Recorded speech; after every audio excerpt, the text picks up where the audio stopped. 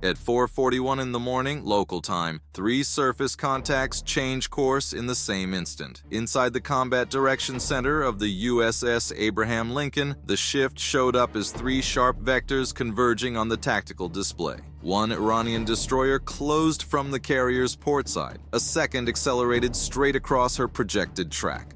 A third came in from the starboard quarter, tucking in behind the American formation. Closest range, 18 nautical miles. Time to closest point of approach, 14 minutes. The tactical action officer watched the tracks settle. This wasn't routine shadowing. The Iranian ships were building a triangle around the carrier, and everyone in the room could see it happening in real time. 3 contacts maneuvering with coordination, a watch officer reported. Speed increasing, formation deliberate. The Lincoln did not turn. At more than 100,000 tons, she held 22 knots through the dark water of the northern Arabian Sea. Her navigation lights stayed lit, her flight deck quiet, though that quiet wouldn't last much longer. Phase 1 was the response of the escorts. At 4:43, they began moving. A guided missile cruiser pushed several thousand yards ahead of the formation. 2 Arleigh Burke-class destroyers split toward the eastern and western flanks. A 4th dropped behind the carrier, sliding its radar and missile batteries between the Lincoln and the Iranian ship coming up from the rear. Every movement was controlled. No warning shots, no hard turns, nothing that looked like panic. Over the international bridge-to-bridge frequency came the first challenge. Iranian naval vessels, this is United States warship. You are approaching a U.S. aircraft carrier conducting lawful operations. Maintain safe separation and state your intentions. Only static came back. The Iranian ships kept closing. By 4:45, the electronic warfare team caught something new. All 3 destroyers had narrowed their radar sweeps, shifting from broad search patterns to tighter beams locked onto the American formation, updating range and bearing more and more often. Not yet a weapons lock, but no longer just watching either. Phase 2 began on the flight deck. Red lights came alive beneath the island. Yellow-shirted directors took their places. Crews pulled tie-down chains off 2 Super Hornets near the bow catapults. Ordnance teams gave their air-to-air missiles one last visual check. Near the island, the twin propellers of an early warning Hawkeye began to turn, slow at first, then faster, until they blurred in the dark. A rescue helicopter was rolled onto an open spot near the stern. Below, elevators lifted more aircraft up from the hangar. The carrier hadn't changed course, but it had stopped being a ship simply transiting open water. It was becoming the center of a fully wired combat network. Every sensor, every weapon, one picture. At 4:47, the lead Iranian destroyer pushed its speed up again, bow driving deeper into the water as it cut across the Lincoln's track. Closest approach fell from 7 nautical miles to under 5. The portside ship widened its angle, trying to shove the carrier eastward. The 3rd held its position behind the formation, tightening the ring and shrinking the room the carrier had to maneuver. The intent was no longer ambiguous. They were trying to force a choice. Turn away, and they'd claimed they'd pushed an American carrier out of the area. Slow down, and the ring would tighten. Hold course, and in under 6 minutes, the lead ship would create a dangerous crossing situation. On the bridge, the captain studied the picture and gave one order: maintain course and speed. The helm answered immediately. The Lincoln held. At 4:48 came a second warning from the forward escort. Iranian vessels, your formation is creating an unsafe navigation hazard. Alter course immediately. Silence again. Then the portside destroyer opened the covers over its anti-ship missile canisters, and the lead ship swung its main gun toward the American formation. Neither was a launch. Both were plainly visible on the strike group's optical sensors. Inside the Combat Direction Center, the mood turned.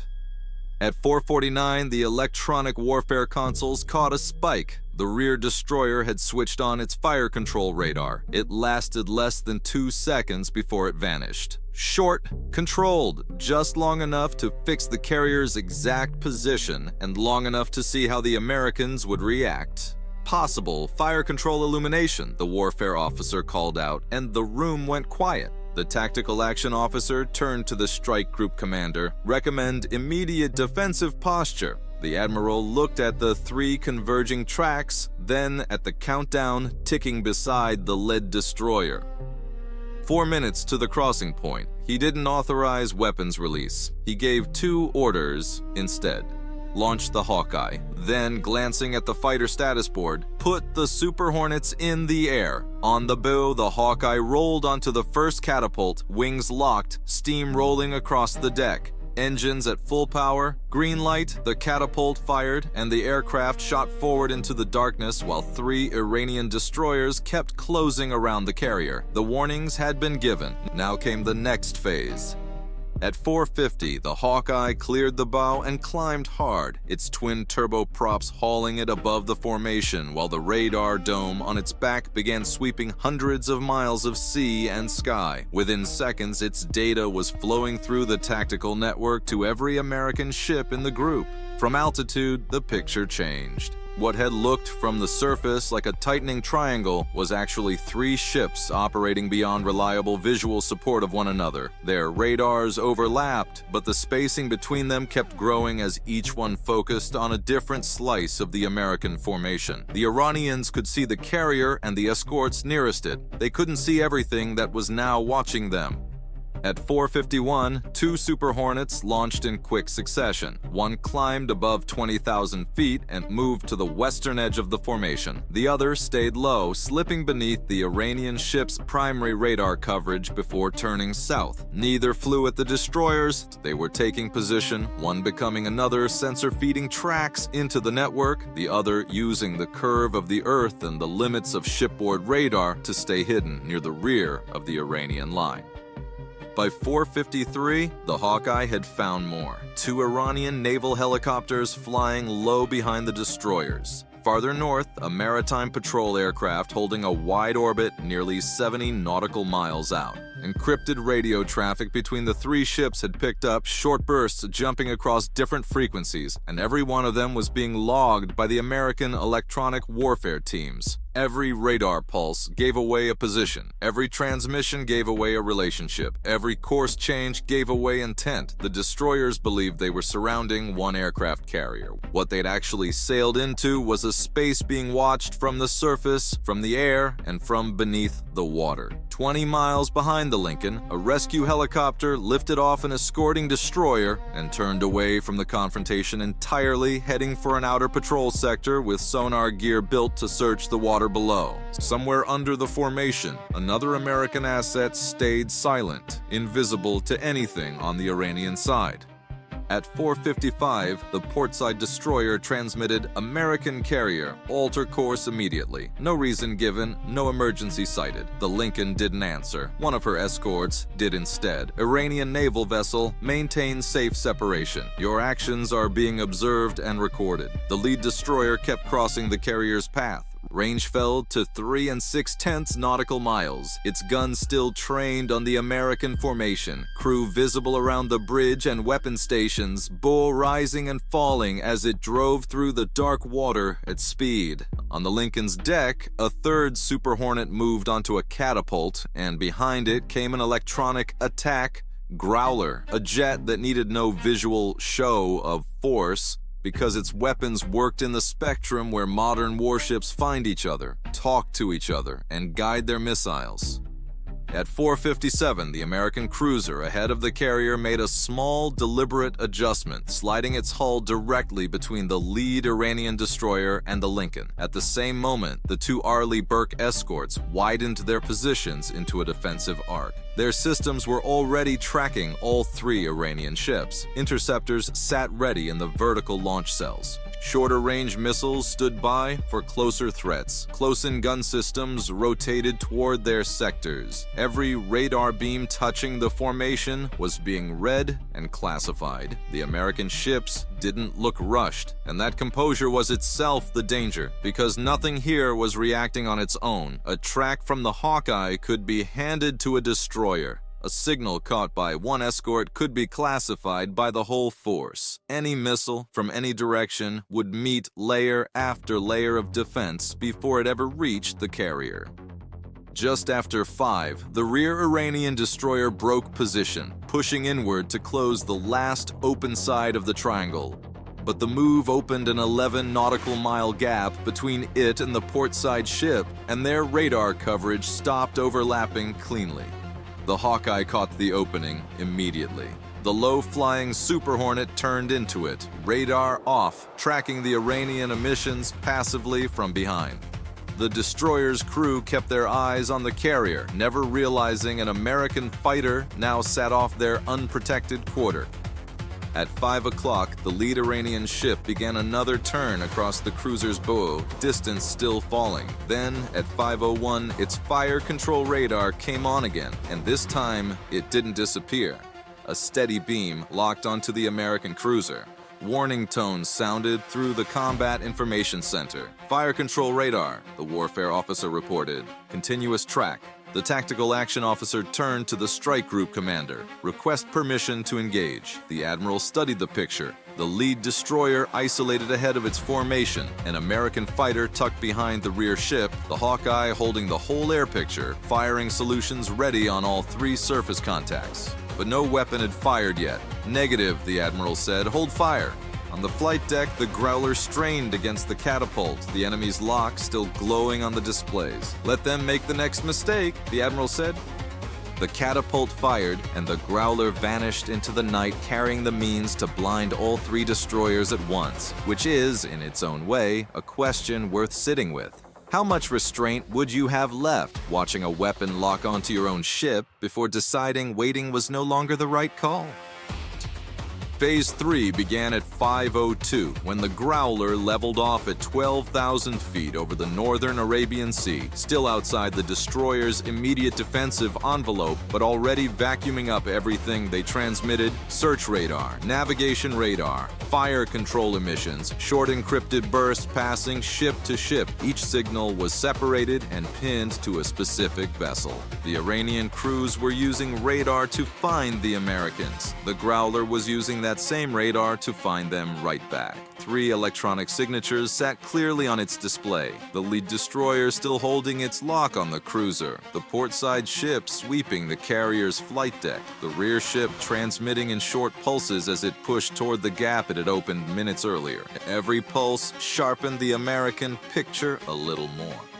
At 5:03, the lead destroyer accelerated through another turn, crossing less than 2.5 nautical miles ahead of the cruiser, white water peeling off its hull as it tried to force the American ship to give way. The cruiser adjusted by only a few degrees. From the Iranian bridge, it might have looked like compliance. Inside the American network, it meant something else entirely. The destroyer had pushed itself past the effective radar cover of its own formation, its starboard side now fully exposed, weapons mounts and radar arrays visible on multiple optical feeds. It had isolated itself without knowing it, and above and behind it, the low Super Hornet kept tracking, radar dark, unseen.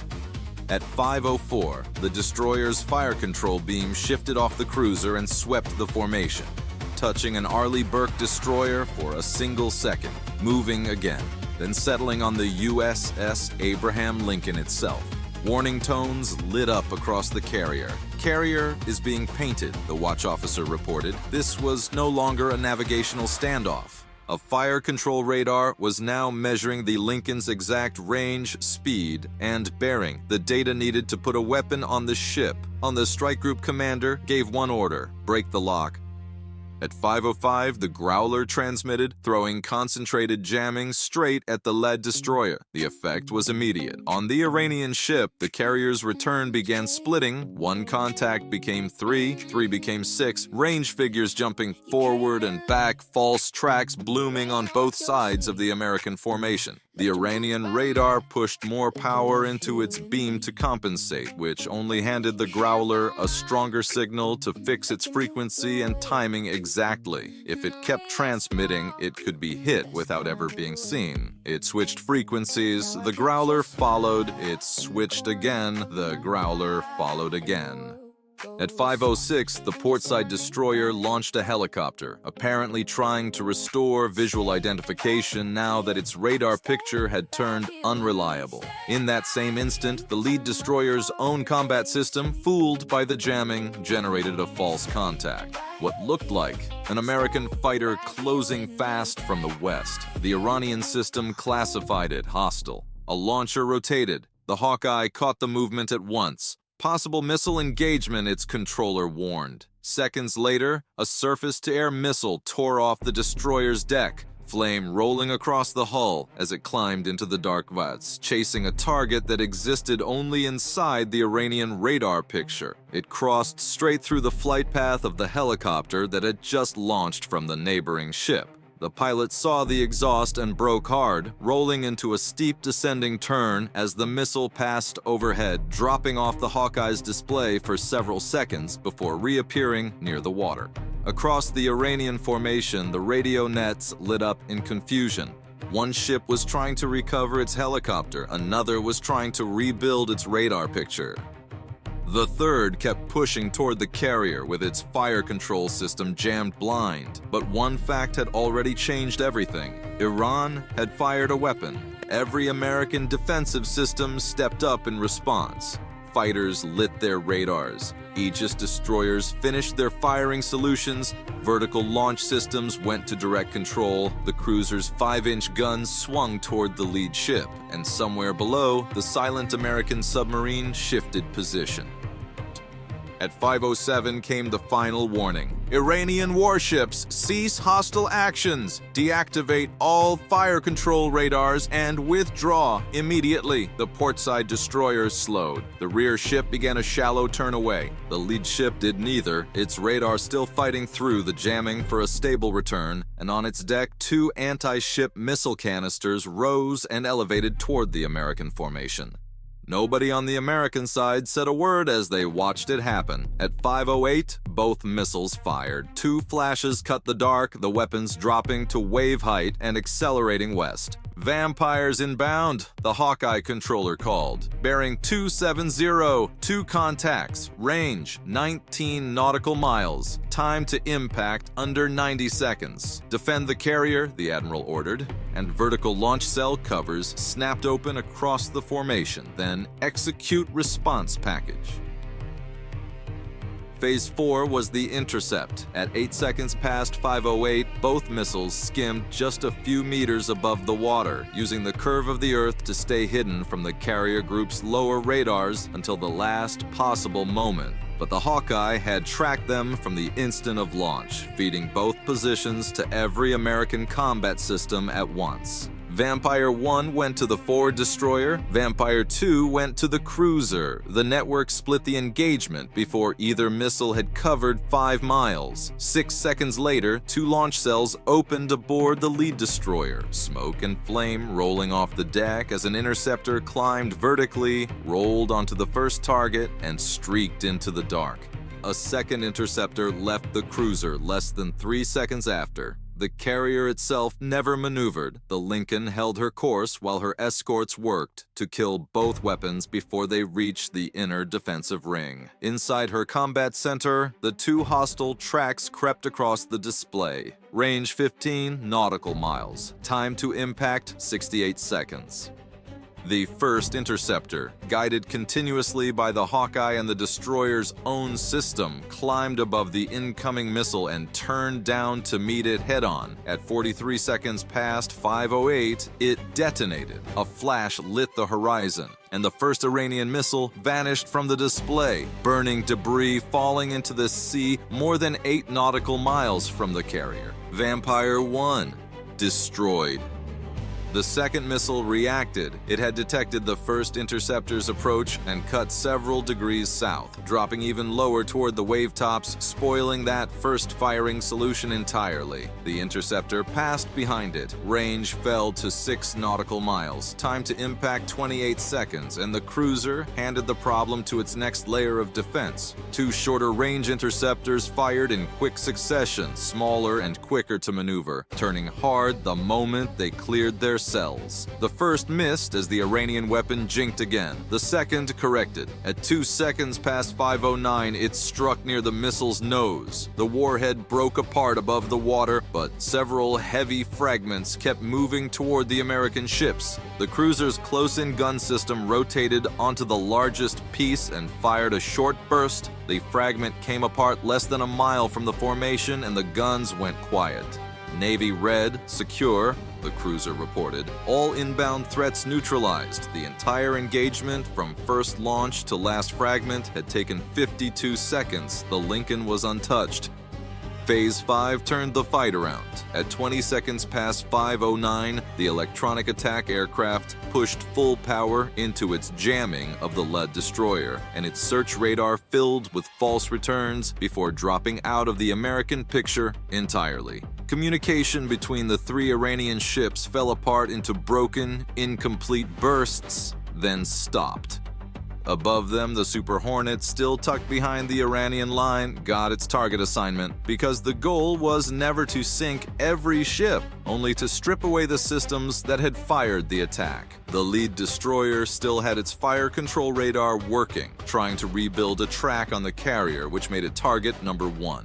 At 37 seconds past 5:09, an anti-radiation missile left the Super Hornet's wing, climbed, found the emission, and turned toward it. The Iranian operators caught the launch and killed the radar.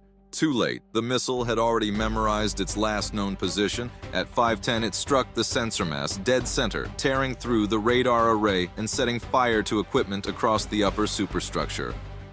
Power failed to several antennas at once, and the ship's picture of the battle collapsed into scattered close-range contacts with no long-range coverage left at all. A second American aircraft came in from the east and hit the aft missile launch area, damaging the canisters and starting a fire along the rear deck. The blast kept high and away from the crew spaces below. This was never about punishment. It was about taking away the ability to threaten the Lincoln again.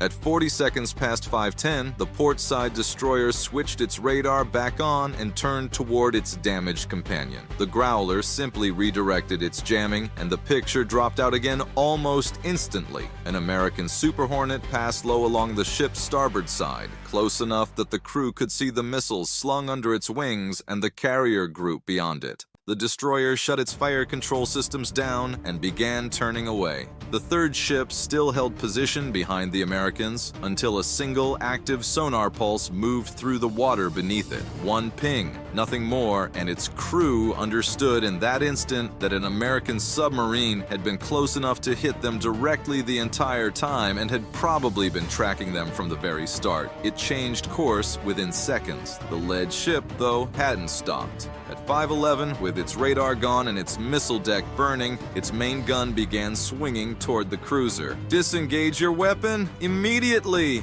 came the warning. The gun kept moving. The cruiser fired one round. It struck the water dead ahead of the destroyer's bow, throwing up a wall of spray. The turret kept turning. A second round hit the gun mount itself, folding the base and stopping the barrel before it ever reached firing position. By 5:12, the lead Iranian destroyer had lost power across part of its superstructure, smoke pouring from the stern, a slight list settling to port. American sensors caught a fast temperature rise near the remaining missile canisters. If the fire reached the propellant, the ship could tear itself apart. The strike group commander ordered every gun to stand down.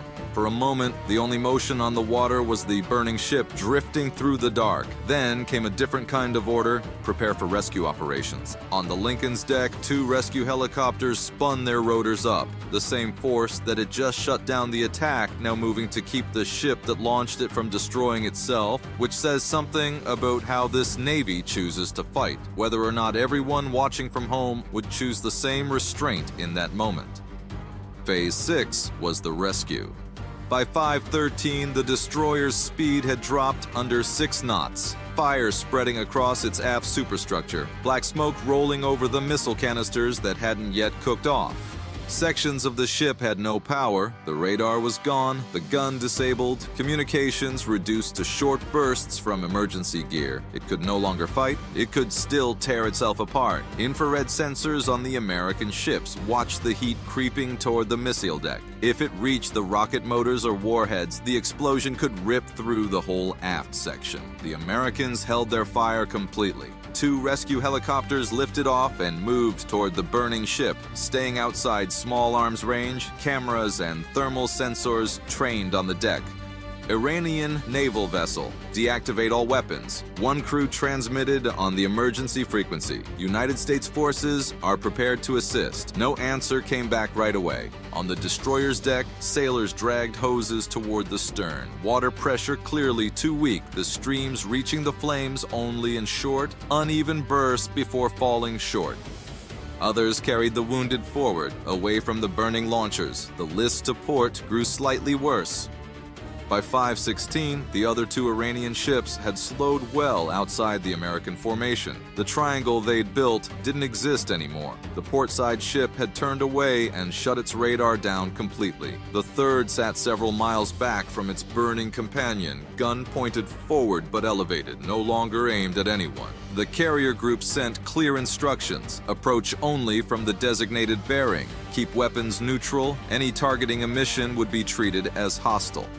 The first ship complied, radar off, gun centered, easing slowly toward its damaged companion. The second followed a few seconds later. Neither tried to rebuild the encirclement. Above them, the Hawkeye tracked every move. The Super Hornets held their patterns with weapons ready. The Growler watched the spectrum for any new lock. And beneath the water, the American submarine stayed exactly where it had always been, unseen. At 5:19, one of the rescue helicopters caught a sudden heat spike near 2 of the damaged ship's missile canisters and radioed a warning. Fire approaching missile section. Evacuate aft compartments immediately. Iranian sailors scrambled forward. A small secondary explosion went off near the base of the damaged launcher, scattering debris across the stern and flaring the fire for a few seconds before it lost strength. The remaining missiles never went off. From the air, American sensors spotted a life raft jammed against the ship's damaged side. The helicopter dropped flotation gear nearby, and a second aircraft released emergency firefighting equipment where the Iranian crew could reach it. No American ever set foot on that destroyer. The strike group kept its distance the entire time, offering only what was needed to keep people alive. By 5:23, the picture on the Lincoln's display bore no resemblance to what it had shown 35 minutes earlier. At the start, 3 destroyers had converged from 3 directions, one across the bow, one against the port side, one closing from behind, radars lit, missile tubes exposed, trying to force an American carrier to change course. Now, one of them sat dead in the water without radar, weapons, or reliable propulsion. The other 2 had shut their systems down and were maneuvering exactly as instructed. The Lincoln was still on her original heading, flight deck fully operational, every escort undamaged, and not a single Iranian missile had reached her. The strike group commander looked over the final picture and understood something the Iranian side apparently hadn't. The carrier had never actually been alone. They'd seen one large ship and mistaken it for one target, missing the Hawkeye overhead, the fighters sitting beyond their radar horizon, the Growler running the electromagnetic fight, the Aegis escorts ringing the carrier, and the submarine underneath all of it. They hadn't surrounded a ship. They'd sailed straight into a battle space the United States Navy already controlled before the first radar ever switched on. And it's worth wondering how many of us, watching only the surface of a situation like that, would have made the same read they did. By 5:27, the first Iranian destroyer had reached its disabled companion and was rigging a tow line. The second held farther out, no longer blocking anything. The rescue helicopters kept watching. American fighters began returning to the Lincoln in sequence, the first Super Hornet entering the landing pattern, while another stayed overhead. Arresting gear crews took their positions, damage control teams stood down to standby, and the deck crew began rebuilding the normal launch cycle. Nobody celebrated. No ship turned to watch the wreck. Nothing pointed toward the Iranian coast. The strike group simply went back to work. By 5:32, the Lincoln had passed beyond the point where the trap had first been set. From above, the carrier and her escorts moved on in tight formation toward the horizon. Two Super Hornets crossing overhead, while far behind them, smoke still rose from the disabled destroyer as its companion began towing it away. The mistake had never been approaching an American carrier. The mistake was believing her size made her slow, alone, or easy. The Iranian ships had given away their radar frequencies, broken their own formation, let one ship drift past the protection of the other two, and fired first against a force that had been tracking every move since before the first radar even switched on. 35 minutes after it began, the Lincoln was still moving forward, and the force that had tried to surround her was left trying to bring one of its own ships home. In the end, they hadn't trapped the United States Navy at all. They'd handed it a target, a justification, and full control of a fight they never really had a chance in. And maybe that's the part worth sitting with longest. Not who won, but how completely the outcome was decided before most of the shots were ever fired.